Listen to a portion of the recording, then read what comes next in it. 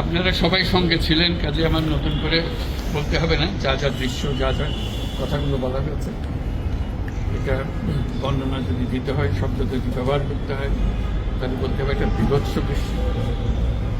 এটা মানুষের মনুষ্যত্ববোধ বলে কোনো জিনিস আছে সেটার থেকে বহু গভীরে নিয়ে গেছে। এটা নিশ্চিন্ন করার জন্য মনুষ্যত্ব অর্জন করে না, নৃশংস প্রতিটি জিনিস যে হয়েছে এখানে, যতটাই শুনি অবিশ্বাস্য মনে হয়। এটি কি আমাদেরই জগৎ, এটি কি আমাদেরই সমাজ? আমরা এটা বললাম। এবং যারা নিগৃহীত হয়েছে, যারা এটা শিকার হয়েছে, তারাও আমাদের সঙ্গে আছে। তাদের মুখের থেকে শুনলাম কীভাবে হয়েছে। কোনো ব্যাখ্যা নেই। এটা ব্যাখ্যা থাকলে কিছু একটা হলে মানুষ বোঝে যে এটার কারণ ছিল। এটা বিনা কারণে রাস্তা থেকে উঠিয়ে আনা, বিনা দোষে কতগুলো সাক্ষী সাবুত হাজির করে সেই যন্ত্র এক্সপ্লোসিভ কতগুলো গাড়ির মধ্যে ঢুকিয়ে দিয়ে তারা বলছে তুমি সন্ত্রাসী, জঙ্গি, এগুলো বলে বলে তাকে নিয়ে আসা হচ্ছে।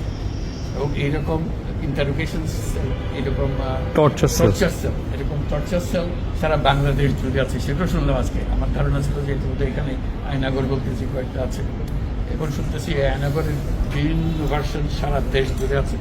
কেউ বলতে 700, কেউ বলে 800।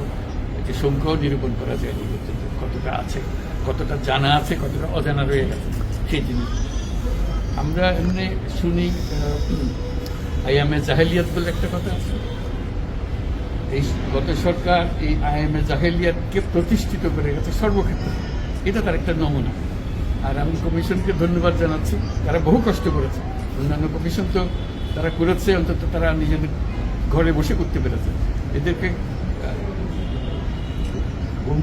গুম কমিশনের যেটা, তারা কোদালা এগুলো আবিষ্কার করার জন্য আসতে হয়েছে, তাদেরকে বের করার জন্য। কিসের মধ্যে গিয়েছিল, কারা কি করেছে, এখনো ধ্বংসাবশেষ আমরা দেখতেছি।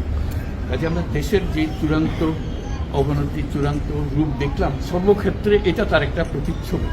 কাজে গুম কমিশন যেটা আমাদের সামনে নিয়ে আসলো, সেটা হলো যে কী পরিমাণে একটা দেশকে সর্বদিকে ধ্বংস করা যায়, এমনকি মানুষের একেবারে সামান্যতম যে মানবিক অধিকার সেটুকু থেকে বঞ্চিত করে রেখে দেওয়া হয়েছে। আজকে এটা জাতির জন্য একটা বড় চূড়ান্ত রকমের একটা ডকুমেন্ট হবে। আপনাদের সাক্ষী রেখে, আপনাদেরকে নিয়ে এসে আমরা শরিক হলাম এটাতে। যারা এই ভুক্তভোগী তাদের সঙ্গে কথা বললাম, কয়েকজনের সঙ্গে। ভুক্তভোগীদের সংখ্যা আমার জানার মতো 1700 প্লাস, 1750 প্লাস এরকম যারা ভুক্তভোগী। অজানা কত এটা তো আমরা আর জানি না। কেউ বলে যে এটা 3000-এরও বেশি। কাজে সেটাও আমরা ধরে নিলাম যে একটা সীমারেখা দরকার, যেটা আমরা অজানা, সেটা কেউ প্রমাণ দিতে পারেনি। এই যে উদাও হয়ে গেছে, মানুষ নিশ্চিন্ন হয়ে গেছে, কেউ বলতে পারছে না সে কোথায়। তার মেয়ে আপনাদের সামনেই ছিল আজকে, যে বলছে আমার মাকে কোথায় নিয়ে যাওয়া হয়েছে। আজ 9 বছর ধরে আমরা খোঁজ পাবো। সে নিজেও ছিল, 11 বছর বয়সে ছিল, মায়ের সঙ্গে ছিল, তাকে রেখে মাকে নিয়ে চলে গেছে। এই হলো সামান্য একটা দৃশ্য। এই দৃশ্য বড় করুণ দৃশ্য। এবং এটার কঠিনতম যে লেসনটা হলো, যারা করেছে তারা আমাদেরই সন্তান, আমাদেরই ভাই, আমাদেরই ঘনিষ্ঠ আত্মীয়, তারাই করেছে। এবং আমরা এই সমাজকে যদি এর থেকে বের করে না আনতে পারি, তাহলে এই সমাজ তো টিকে থাকবে না। যে এইভাবে যদি আমাদের হয়, আমাদের সন্তানরাই যদি এগুলো করে, এবং তারা যদি এইরকম কাজ করতে পারে, যে মানুষের পক্ষে যেটা সম্ভব না। একজন বলছিল যে খুপড়ির মধ্যে তাকে রাখা হয়েছে, গ্রামে তো মুরগির খাঁচা এর চেয়ে বড় হয়। এরকম অবস্থা, মুরগিও নড়াচড়ার যেরকম জায়গা হয় না, ওরা নড়াচড়ার কোনো জায়গা নেই। ওকে ব্যবস্থা রাখা হয়েছে, মাসের পর মাস, বছরের পর বছর তাকে ব্যবস্থা রাখা হয়েছে। এটা মানুষের সামনে এখন বিচার রইল, কীভাবে আমরা আবার নতুন করে সব সমাজ করতে পারি, যাতে করে আমরা এই যে এটা আমাদের সবারই অপরাধ, যেটা হতে দিয়েছি আমরা এসেছি। আজকে আমরা মুক্ত হলাম, সে মুক্ত বাংলাদেশে আমরা যেন নতুন করে আবার সমাজ করতে পারি। এটার থেকে একেবারে অতি দূরে যেন আমরা চলে যেতে পারি। এটার নমুনা, এটার সাক্ষী, এটার যে ডকুমেন্টেশন গুম কমিশনের রিপোর্টের মধ্যে থাকবে, এবং এটা অবশ্য পাঠ্য হিসেবে সবাইকে পড়তে হবে, এবং তাদের যারা করেছে তাদের বিচার করতে হবে। তা না হলে আমরা নিষ্কৃতি পাবো না এটার থেকে। এই যে কাজগুলো করে গেল তারা, তা না হলে আমরা আবার মুক্তভাবে বলবো কি করে যে আমরা এই দেশের মানুষ, আমরা পরিষ্কার। যারা করেছে তাদের জন্য আমরা কেন মুক্ত হতে যাব? তাদের সে বিচার করবো, জনসাধারণ বলবো যে এরকম উচিত বিচার হয়েছে, তখন আমরা এটা থেকে মুক্ত পাবো। সেটাই হলো আমাদের আবেদন দেশের সবার কাছে, এই বিচারটা যেন আমরা করে ফেলতে চাই। এইগুলো সব এভিডেন্স যা যা আমরা দেখলাম, এভিডেন্সগুলো সিলগালা করে রাখা হবে যাতে করে কেউ বিনষ্ট করতে না পারে, যখন বিচারের কাছে যে একটা প্রমাণ হিসেবে ব্যবহার করতে পারে সেই হিসেবে আমরা থাকবো। একটা কোশ্চেন দুইটা কোয়েশ্চেন করতে দিতে হবে। এটা এই বড় স্টোরিতে আমি এক কোয়েশ্চেন করবো। মাননীয় প্রধান উপদেষ্টা, দুইটা প্রশ্ন। প্রথমটা হলো যে আপনার পাশে যে দুইজন আপনার ক্যাবিনেটের মেম্বার দাঁড়ায় আছেন, দুইজনেই কিন্তু জিআইসি বা আয়নাঘরে বন্দী ছিলেন, আজকে তারা আইডেন্টিফাই করছেন, এবং আমরা আরও কয়েকজন সার্ভাইভারের সাথে কথা বলছি, এবং তারা যারা বেঁচে আছেন, ফিরে আসছেন, তারা বলছেন যে তারা রাষ্ট্রের কাছে একটা উপযুক্ত ক্ষতিপূরণ চান, কারণ এগুলো প্রতিটা মামলাতে ওনাদের এক একজনের লক্ষ লক্ষ টাকা খরচ হয়েছে, এবং আপনার সরকার থেকে গুমের সার্ভাইভার এবং গুমের শিকার ভিকটিম ফ্যামিলিদেরকে কোনো ক্ষতিপূরণের কোনো চিন্তা আপনাদের আছে কিনা, এটা আমার প্রথম প্রশ্ন। ক্ষতিপূরণ হিসেবে আমরা দেখিনি, আমরা দেখছি যে ন্যায় বিচারটা তার জন্য হয় অতি তাড়াতাড়ি হয়, যে বিচার দীর্ঘসূত্রিতা করে থাকবে সেই জন্য এটা থেকে নিষ্কৃতি পায়, এটা আমাদের ফার্স্ট প্রেফারেন্স। তারপর দেখা যাবে তাদের কি করা যেতে পারে। আচ্ছা, মাননীয় প্রধান উপদেষ্টা, আরেকটা প্রশ্ন হলো, আপনারা বলছেন যে এটা সিলগালা করে দিবেন, কিন্তু একটা খুবই ব্যক্তিগত একটা রিকোয়েস্ট, এটা হাজেরা বেগম, উনি মায়ের ডাকের প্রতিষ্ঠাতা, যে সংগঠনটা সবচেয়ে বেশি গুম নিয়ে কাজ করছে, এবং উনি র্যাব 1 হেডকোয়ার্টারে, যেটা ডিজি শহীদ মহোদয়, উনিও এটা সম্পর্কে অবগত, উনি মাসের পর মাস এখানে ঘুরছেন তার ছেলের সন্ধানে। উনি আর ওনার মেয়ে একটু এই জায়গাটা ঘুরে দেখতে চান, এটা অনুমতি আপনারা দিবেন কিনা বিষয়টা? গুম কমিশন, মানে গুম কমিশনকে যদি আমরা বলি কিভাবে অর্গানাইজ করা হবে, আচ্ছা, কারণ উনি এখানে অনেকবার আসছে এবং কথাবার্তা, না না, দেখা ভালো, তার অন্তত মনে একটু পরিষ্কার হবে, আমি দেখতে পাই, চোখে দেখতে পাই। স্যার, এটাই মানে এই ভদ্র মহিলা তার জীবনটা ফিরিয়ে দিতে পারবো না, যে জীবনের মাধ্যমে সে গেছে, অন্তত দেখলে মনে সান্ত্বনা হবে, আমি জায়গাটা দেখে এসেছি। ওই মেয়েটা, যে বাচ্চা মেয়ে বলতেছেন, আমার মাকে আর দেখতে পেলাম না, কোথায় চলে গেল, আজ পর্যন্ত কেউ খবর দিতে পারলো না, সে বেঁচে আছে না মরে গেলে কোথায় আছে। The whole existence of this government is because of this, that we don't want to stay in that darkness that has been created around us. So we want to create a new environment, new, as we say, new Bangladesh, as the students have been claiming all the time. So that led to the reform commissions. One of them is this disappearance commission, which led us to see this thing. If we didn't have that commission, probably it will be just a storytelling. Nobody will believe, somebody will say yes, somebody will say no. Now they have concrete proof, and now they will go to the justice. So this is one step. And then what happens to the rest of the institutions? You are dealing with something that have done. Will this be repeated in the future? That's something we have to make sure that it's not repeated in the future. Nowhere near it. This is the worst ever in the whole world possible. So we don't want to have anything to do with it. We'll be as normal as any civilized human being could be. So that's our commitment. That's what the reform commissions are all about. And since you asked the question, I'm very grateful to the commission for taking the trouble. It was not an easy job. They had to fight in all directions to discover. This is the whole discovery mission. It's not as simple going and taking evidences and writing reports about it. So they have to really detect this in very serious way. And they're still worrying about whether we can keep the evidences as they are after all this thing happened. So this is our commitment. We want to create that society and that world for us. Thank you, sir. 21 বইমেলায় গ্যাঞ্জাম হয়েছে, তসলিমানা স্নেহ বই না, এরকম গ্যাঞ্জাম ইচ্ছা করে তৈরি করা হয়েছে, আরও তৈরি করা হবে। কেন করা হবে? এই আলাপে যাওয়ার আগে এই ভিডিওটা দেখেন, এডিটর সাহেব দেখা দিবেন কিভাবে প্রকাশক নিজেই উগ্রভাবে প্রতিবাদকারীদের আঘাত করতেছে, দেখেন।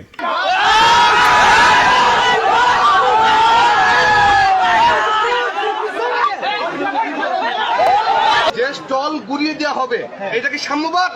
এটা কি মানবতাবাদ? স্টল ঘুরিয়ে দাও, স্টল আমরা ঘুরাইছি না না, এই বস্তুটা যার আমার কথাটা বুঝেন ভাই, আপনি যাও মিলিক না বলেন, আপনি যাও মিলিক না, আমি লিখ না, আপনি নিজে দাও মিলিক, আপনি নিজে দাও মিলিক, প্রতিটা বাঙালি স্লোগান না, জয় বাংলা স্লোগান, আমাদের বাঙালি স্লোগান।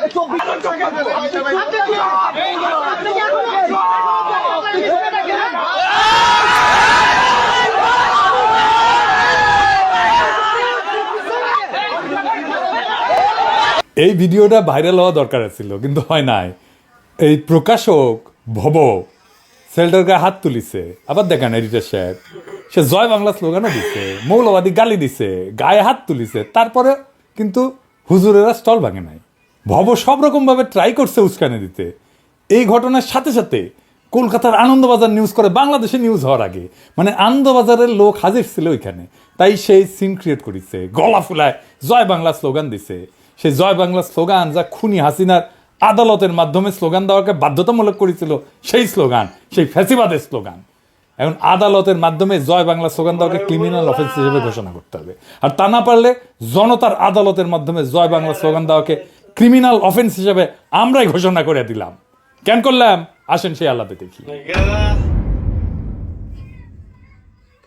কারণ এই জয় বাংলা হইতেছে সেই আওয়ামী ধর্মের মন্ত্র যা উচ্চারণ কইরা 1972 থেকে 2024 সাল পর্যন্ত হাজার হাজার মানুষকে হত্যা করে ভারত দেবীর চরণে এই নরবরের অর্ঘ্য নিবেদন করছে আওয়ামী লীগ। এবং এই জয় বাংলা স্লোগান উচ্চারণ কইরাই বাংলাদেশের স্বাধীনতা সার্বভৌমত্বকে ইন্ডিয়ার কাছে বিক্রি করে দিছিল হাসিনা মুজিব উভয়। জয় বাংলা স্লোগান ফ্যাসিস্টের স্লোগান, এটা ফ্যাসিবাদের স্লোগান।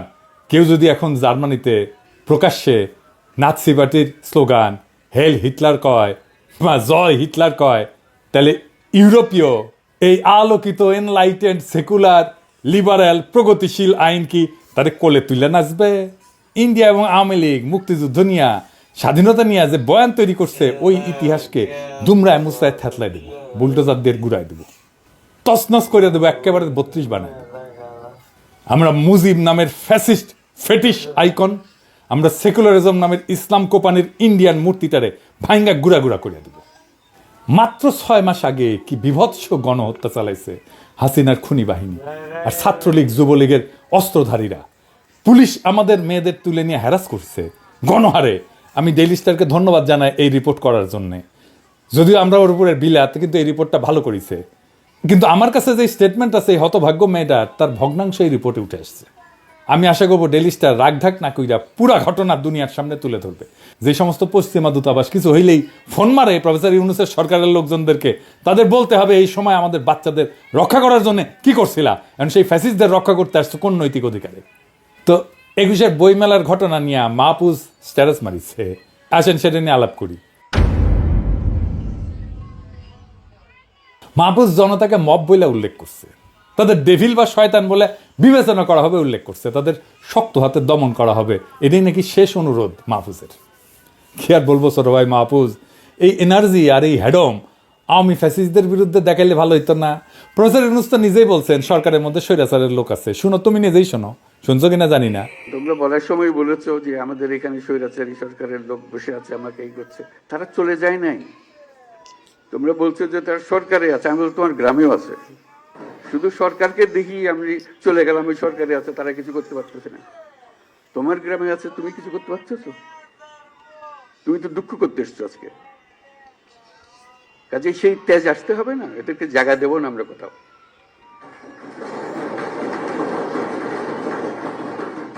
আমাকে তার ভয়ে আমার গ্রামে পথ চলতে হবে, এই বাংলাদেশ করলাম আমরা। এই বাংলাদেশ আমরা করি নাই। সে তার সমস্ত স্বভাব পরিবর্তন করে আমাদের সবার সঙ্গে মিশে যাবে, এটা হবে। কিন্তু তার স্বভাবে সে চলতে থাকবে আমার সামনে দিয়ে, আর আমি বলবো আমি নতুন বাংলাদেশ করে ফেলেছি। হলো না? শুনলেন তো 2 দিন আগের কথা। আর মাহফুজ, তুমি যে হুমকি দিলা তোমার এলাইকে, তোমার সহযোদ্ধাকে, যে তোমার পাশে দাঁড়ায় বুকের রক্ত ঢেলে দিল হাসিনাকে হটানোর জন্যে, কে উস্কানি দিল সেটা দেখবা না? তোমাদের পশ্চিমা এম্বাসিকে দিয়া ইন্ডিয়া ফোন মারে আর স্ট্যাটাস মাইরা দাও সাথে সাথে। তোমরা যখন গুলি খাইতেছিলে আর দলে দলে মরতেছিলা, বাচ্চা বাচ্চা ছেলে আর মাইয়াদের ব্লকলেট করে তুলে নিয়ে যাইতেছিল, ছাত্রলীগ আর যুবলীগ মুড়ি মুরগির মতো গুলি ছুটতেছিল, হেলিকপ্টার থেকে গুলি ছোড়া হইতেছিল, তখন ফোন মারিছিল তারা হাসিনাকে? জিজ্ঞেস করেছিল? করো একবার, মারে নাই ফোন।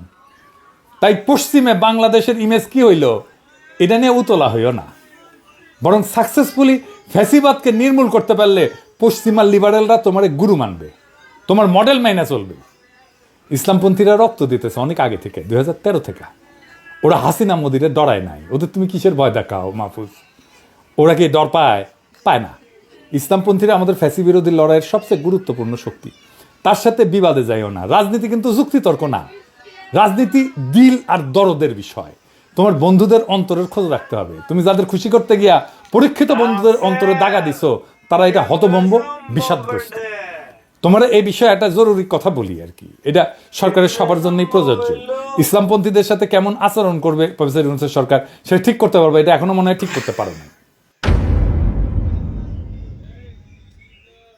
বাংলাদেশকে সারা দুনিয়া বা পশ্চিমা বিশ্ব কি নামে কোন রঙে চিনবে, সে বিষয়ে বাংলাদেশের আরবান এলিটদের একটা উদ্বেগ আছে। কি সেটা? সেটা হইতেছে যে সে ইউরোপ আমেরিকায় যেতে পারবে না, স্কলারশিপ পাবে না, ব্যবসা বাণিজ্য করতে পারবে না। ইসলামপন্থীরা পশ্চিমে যায় না বা যাইতে চায় না তা না, কিন্তু তরুণ ইসলামপন্থী তো মালয়েশিয়া বা তুরস্কে বৃত্তি চায়। আমেরিকান বা পশ্চিমা সাহায্য বন্ধ হইলে ওনারা উতলা হবেন কেন? ইসলামপন্থীরা হবেন না তো। সেই সাহায্য কি ওনারা কখনো পাইছে? যারা সেই তহবিলের কোনো অংশ পায় না, কোনোভাবে পায় না, তাদের কি বাসে যায়? পশ্চিমা দাতা গোষ্ঠী সংস্থাগুলা প্রাথমিক, মাধ্যমিক, উচ্চ শিক্ষাখাতে অনুদান দেয়, সরকারি বেসরকারি স্কুল কলেজ ইউনিভার্সিটিতে যায়। মাদ্রাসাগুলোতে একটা ফুটা পয়সাও গেছে? যায়নি। তবে দিতে চাইছে। কখন দিতে চাইছে জানেন? মাদ্রাসা শিক্ষা রিফর্মের জন্য। মানে মাদ্রাসা শিক্ষা আর মাদ্রাসা শিক্ষা বলে চিনতে পারবেন না। শয়তানি দেখে। কোনো মাদ্রাসায় কম্পিউটার ল্যাব করে দেওয়া যেত না? করছে? করে নাই তো। বাংলাদেশের আরবান এলিটরা মনে করে তার মুসলমান পরিচয় সে পশ্চিমে বিপাকে পড়তে পারে। উল্টা দিকে এই মুসলমান পরিচয় তো ইসলামপন্থীর কাছে স্বপ্নের মতো। ইউরোপ আমেরিকায় ভারতীয় লবির প্রভাবে আপনার সম্মানহানি করতে পারে, কিন্তু কারোর জন্য সেটা তো সুযোগ হইতে পারে। একই পরিচয় দেশের রাজনৈতিক প্রতিষ্ঠান আপনাকে জটিলতায় ফেলবে, অথচ অন্যের জন্য সেটা তো বিশাল সুযোগ, বিশাল স্বপ্ন। সুতরাং আপনার যেটা আতঙ্ক, আপনার যেটা ভয়, আপনার যেটা ডর, অন্যের কাছে সেটা হইতে পারে একটা সুযোগ, স্বপ্ন। তাই আপনি কারে সতর্ক করতেছেন মাহফুজ? আপনি যা বলে সতর্ক করতে চাইতেছেন তাতে ইসলামপন্থীদের কিছু যায় আসে না। পরিস্থিতি অত্যন্ত নাজুক, আমি স্বীকার করি। তবে কথা সত্য, রাজনৈতিকভাবে জিততে হইলে আগেই সাবধান হইতে হবে। তাই শুধু নিজের ক্ষতির কথা না, বরং অন্যের রাজনীতিতে কি ক্ষতি হইতে পারে সেটা তুলে ধরতে হবে। একবার ঘটনা ঘটলে আপনি যেদিকেই যান ক্ষতি হবে, হয় ভেতরে নয় বাইরে। ধানমন্ডি 32 নম্বর ভাঙাতে বাংলাদেশে ফ্যাসিবাদী শক্তির লাভ হয়েছে না? অবশ্যই হয়েছে। প্রফেসর ইউনূস সরকারের লাভ হয়েছে না? অবশ্যই হয়েছে। ভয়ঙ্কর ব্যক্তিগত ঝুঁকির মুখে পড়ছে কে? অনেকেই পড়ছে। তবে অবস্থা দৃষ্টে মনে হচ্ছে তারা অন্যায় হয়ে গেছে আমার উপরে প্রতিশোধ নেওয়ার জন্যে। বাসন্তীর জাল পড়া ছবি শেখ মুজিবের গদি নাড়ায় দিছিল। বাংলাদেশ এটার উপকার পাইছে, আজকের বাংলাদেশে এটার উপকার পায়। কিন্তু আফতাব সাহেব যে ছবিটা খিঁচেছিল, নিজের জীবন দিছে, জীবন দিয়া কাফফারা দিছে তার সাহসী কাজে। 1975-এর বিপ্লবীরা শেখ মুজিবকে জয় বাংলা করে দিছে, কিন্তু নিজেদের কোরবানি দিয়ে দিছে ফাঁসির দড়িতে। এমনকি তাদের সন্তানদেরও ছাড়েনি হাসিনা। আজিজ পাশার মেয়েকে গাড়ি চাপা দিয়ে মারছে। হাসিনা উৎখাত হয়েছে, সারা দেশ আনন্দে, কিন্তু হাজার হাজার বাচ্চা ছেলে জীবন দিছে, পঙ্গু হয়েছে, দৃষ্টিশক্তি হারাইছে। এটাই ক্ষতি, এটাই কোরবানি। দেশের বৃহত্তর স্বার্থে যারা নিজেকে কোরবানি দিতে প্রস্তুত থাকে, যাদের কাছে শহীদ মৃত্যুই নতুন সম্ভাবনার দ্বার, তারা মৃত্যু ভয় বা জুলুমের ভয় এটা দেখানো কি ঠিক মাহফুজ? ঠিক না। যারা হাসিনা উৎখাতের লড়াই ফোরফ্রন্টে ছিল, যারা 32 নম্বর ধূলিসাৎ করে দিছে, তাদের মৃত্যু পরোয়ানা জারি করবেই হাসিনা আর তার দল। এটা যাই নেই, তারা সেই কাজে নামছে। যাই হোক, হাসিনা উৎখাত হয়েছে, কিন্তু আমাদের আরেকটা লক্ষ্য ছিল ভারতের গোলামি, সেটা থেকে মুক্ত হওয়া। সেটা কি হয়েছে? ভারতের গোলামির বিষয়টা কি সেটা একটু বুঝে দেখে আসে। ধরেন ভারতের একটা রাজ্য মহারাষ্ট্র অথবা পশ্চিমবঙ্গ, আমরা কি ভারতের গোলাম বলি? বলি না। এমনকি বিহার, পাঞ্জাব, এদের ক্ষেত্রেও বলি না, তাই না? কারণ এগুলো ভারতের রাজ্য।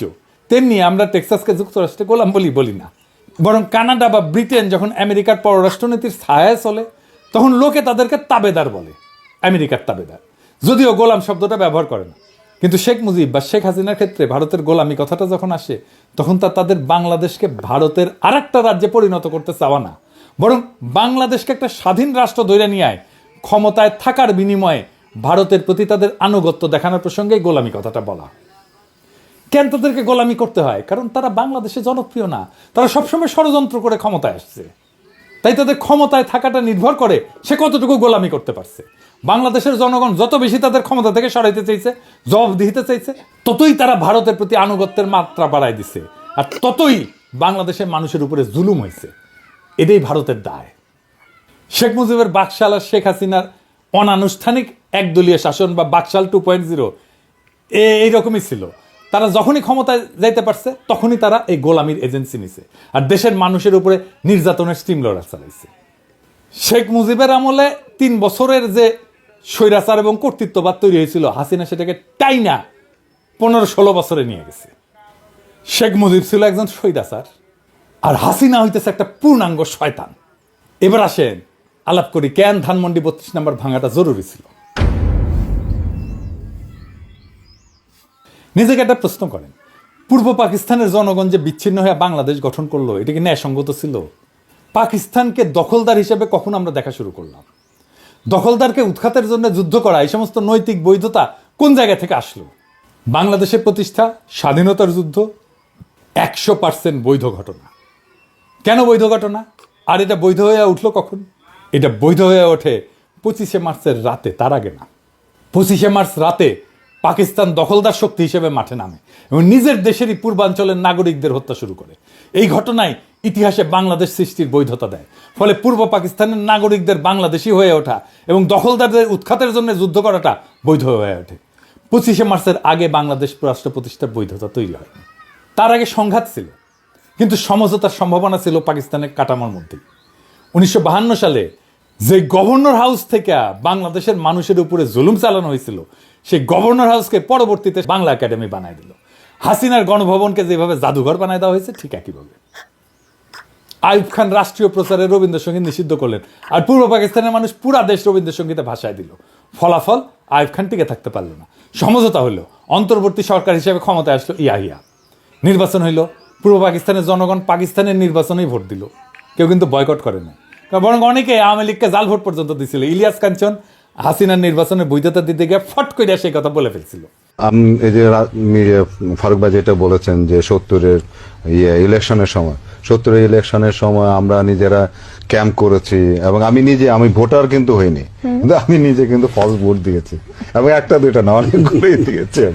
হ্যাঁ, তো সেইভাবেই কিন্তু আজকে এই দেশ কিন্তু যেমন নির্বাচনে পূর্ব পাকিস্তানের নাগরিকরাই জয় হইল। তারা 1947 সালে পাকিস্তান গঠনের সময় মূল ভূমিকা রাখছিল, আর 1970 সালে পাকিস্তানের গণতান্ত্রিক ব্যবস্থার মধ্যে ক্ষমতা দখলের সামর্থ্য দেখাইল, হিম্মত দেখাইল। তারপর ক্ষমতার দর কষাকষি শুরু হইল, কিন্তু পশ্চিম পাকিস্তানের বেসামরিক সামরিক এলিটরা শেখ মুজিবকে ক্ষমতার আসনে বসতে দিল না। 25শে মার্চে তারা সামরিক হামলা চালালো, পূর্ব পাকিস্তানের সাধারণ নাগরিকদের হত্যা করতে শুরু করলো। এই হামলায় ইতিহাসে বাংলাদেশ রাষ্ট্রের বৈধতা দিল। বাংলাদেশের স্বপ্ন পশ্চিম পাকিস্তানদের বঞ্চনার শোষণ থেকে শুরু হয় নাই, শুরু হয়েছে পাকিস্তানিদের গণহত্যা থেকে। নিপীড়ন, হামলা, যন্ত্রণা ইতিহাসে বিপ্লবের বৈধতা এনে দেয়। হাসিনার জুলুম, খুন, গুম তাকে উৎখাতের বৈধতা দিছে। আওয়ামী লীগকে নিষিদ্ধের বৈধতা দিছে। ইতিহাসে নিপীড়ক শাসকের বাসভবন, ক্ষমতার কেন্দ্র, এটার ধ্বংসের অসংখ্য উদাহরণ আছে, বহুবার ঘটছে। এটাই হইতেছে প্রতীকী প্রতিরোধ, ক্ষমতা অপসারণের প্রতীক বা গণতান্ত্রিক পুনর্গঠনের অংশ হিসেবে এই ঘটনাগুলো ঘটছে। কয়েকটা উদাহরণ দিই। ফরাসি বিপ্লবের সময় রাজতন্ত্রের নিপীড়নের প্রতীক হিসেবে বাস্তিল দুর্গকে জয় বাংলা কইরা দেওয়া হয়। এটা ছিল ফ্রান্সের রাজনৈতিক বন্দিশালা, যেখানে রাজতন্ত্রের বিরোধীদেরকে আটকে রাখা হইতো। দ্বিতীয় বিশ্বযুদ্ধের পরে নাৎসি শাসনের প্রতীক হিটলারের অফিস এবং চ্যান্সেলারি ভবন ধ্বংস করে দেওয়া হয়। এমনকি সোভিয়েত ইউনিয়ন ভাঙ্গা যাওয়ার পরে, সমাজতন্ত্রের পতন হওয়ার পরে সমাজতন্ত্রের সমস্ত প্রতীককে, লেনিনের মূর্তিকে ধ্বংস করে দেওয়া হয়। বাসভবন বা স্থাপত্য নিছক ইট কাঠের গঠন না, এটা রাজনৈতিক ক্ষমতার দমন নীতি এবং মতাদর্শের প্রতীক বটে। মিশেল ফুকো মনে করেন ক্ষমতা শুধু মানুষের মধ্যে না, প্রতিষ্ঠান এবং স্থাপত্যের মধ্যেও নিহিত থাকে। তাই প্রতিবাদ শুধু ব্যক্তি বা সরকার পরিবর্তনের মধ্যে সীমাবদ্ধ না, বরং তার প্রতীক এবং কাঠামোর বিনাশটাও জরুরি। বদ্রিয়ারের মতে রাজনৈতিক ক্ষমতা নিজেকে প্রতীক দিয়ে চিহ্নিত করে। নিপীড়কের প্রতীক ভাঙা তার মানে ক্ষমতার ভিত্তিটাকে নষ্ট করা। জন রলসের একটা ন্যায় বিচার তত্ত্ব আছে, ইংরেজিতে বলে রলসিয়ান জাস্টিস। ইংরেজি যেহেতু কইছে ঠিকই কইছে, তাই না? এই তত্ত্ব অনুসারে যে কাঠামো মানুষের প্রতি অন্যায় করছে তার টিকে থাকার অধিকার রাখে না। তাই একটা ভবন যদি জনগণের দাসত্ব, নিপীড়ন আর গণহত্যার প্রতীক হয়, তার টিকায় রাখা ইতিহাসের প্রতি অন্যায়। হেগেল বলছিলেন ঐতিহাসিক পরিবর্তন সংঘাত সংঘর্ষের মধ্যে দিয়ে আসে এবং প্রত্যেকটা যুগ তার প্রতীক সৃষ্টি এবং ধ্বংসের মধ্যে দিয়ে নতুন কিছু নির্মাণ করে। নিপীড়কের প্রতীক ধ্বংস করা মানে নতুন যুগের সূচনা। নিপীড়কের প্রতীক ধ্বংস করলে জনগণের ভয়ের সংস্কৃতি দূর হয় এবং তারা নিজেদেরকে ক্ষমতাশালী মনে করতে শুরু করে। যেই ক্ষমতা জনগণের কাছ থেকে কাইরা নেয় স্বৈরাচার এবং ফ্যাসিস্টেরা, সেই ক্ষমতা ফিরায় দেওয়া হয় এইভাবেই। আমরা জনগণের ক্ষমতা ফিরাই দিছি 32 নম্বর ভাঙ্গা। 32 নম্বর ভাঙ্গার ইতিহাস শতাব্দীর পর শতাব্দী জালেমদের জন্য শিক্ষা হয়ে থাকবে, প্রতিবাদী মানুষের জন্য অনুপ্রেরণার উৎস হইয়া থাকবে। এই লড়াই শুধুমাত্র একটা ভবন ধ্বংসের জন্য না, এটা নিপীড়কের প্রতীক ভাঙার, ইতিহাসের গতিপথ পুনর্গঠনের লড়াই এবং নিপীড়িতের শক্তি দেখানোর লড়াই, তার হিম্মত দেখানোর লড়াই। ইতিহাসে যে ক্ষমতা জনগণের রক্ত চুইসা নিজেদের ক্ষমতার দুর্গ বানাইছে, সেই ক্ষমতার প্রতীক একদিন না একদিন মাটিতে গুড়ায় যায়। এটাই প্রকৃতির বিধান, এটাই ইতিহাসের অনিবার্য সত্য। ফরাসি বিপ্লবের বাস্তিল দুর্গ হোক, নাৎসি শাসনের চ্যান্সেলারি হোক, জারের প্রাসাদ হোক, প্রত্যেকটা নিপীড়ন কাঠামোই একসময় গুড়ায় যায় আর জনগণের রক্তের উপরে দাঁড়ায়। প্রত্যেকটা ভবনের ইট জনতার পায়ের নিচে গুড়া গুড়া হয়ে যায়। ধানমন্ডি 32 নম্বর ভাঙা তেমনই এক ইতিহাসের মুহূর্ত, যেখানে নিপীড়নের প্রতীক বিলীন হইল এবং জনগণ দেখালো ক্ষমতা তাদের হাতে থাকে।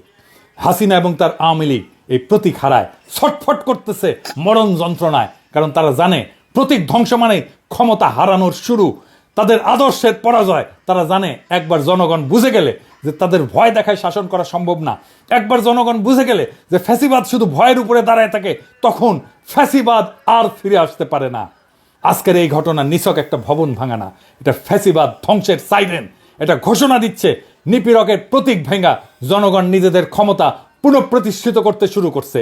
কেউ ভাবছিল শেখ মুজিব অপরাজেয়, কেউ ভাবছিল হাসিনা অমর, কিন্তু ইতিহাস দেখালো প্রত্যেকটা স্বৈরাচারী শাসকের পতন অনিবার্য। 1975 সালে যারা শেখ মুজিবকে হটাইছে তারা নিজেরা হয়তো কোরবানি হয়ে গেছে, কিন্তু ইতিহাসে তাদের কাছ থেকে শিক্ষা নেওয়া হয়েছে। ফ্যাসিবাদের বিরুদ্ধে লড়াই এক প্রজন্মের কাজ না, এটা শতাব্দীর কাজ। সুতরাং আজকের এই প্রতীক ধ্বংস হইল শুধু শুরু, এটা একটা নতুন বাংলাদেশ গড়ার ঘোষণা। এটা সেই চিৎকার যা ফ্যাসিবাদকে জানিয়ে দেয় তোমাদের সময় শেষ, টাইম ফুরায় গেছে। ধানমন্ডি 32 নম্বর ভেঙে গেছে, ফ্যাসিবাদের শেষও আসছে। এখন আমরা আগায় যাব ভারতের গোলামি ধ্বংসের দিকে। 32 নম্বর ভাঙার ইতিহাস শতাব্দীর পর শতাব্দী জালেমদের জন্য শিক্ষা হইয়া থাকবে আর মজলুমদের জন্য অনুপ্রেরণা হইয়া থাকবে। আমরা বাংলাদেশে আওয়ামী রাজনীতির আর ভারতীয় আধিপত্যের ইট একটা একটা করে খুলে নেব। ইনকিলাব জিন্দাবাদ।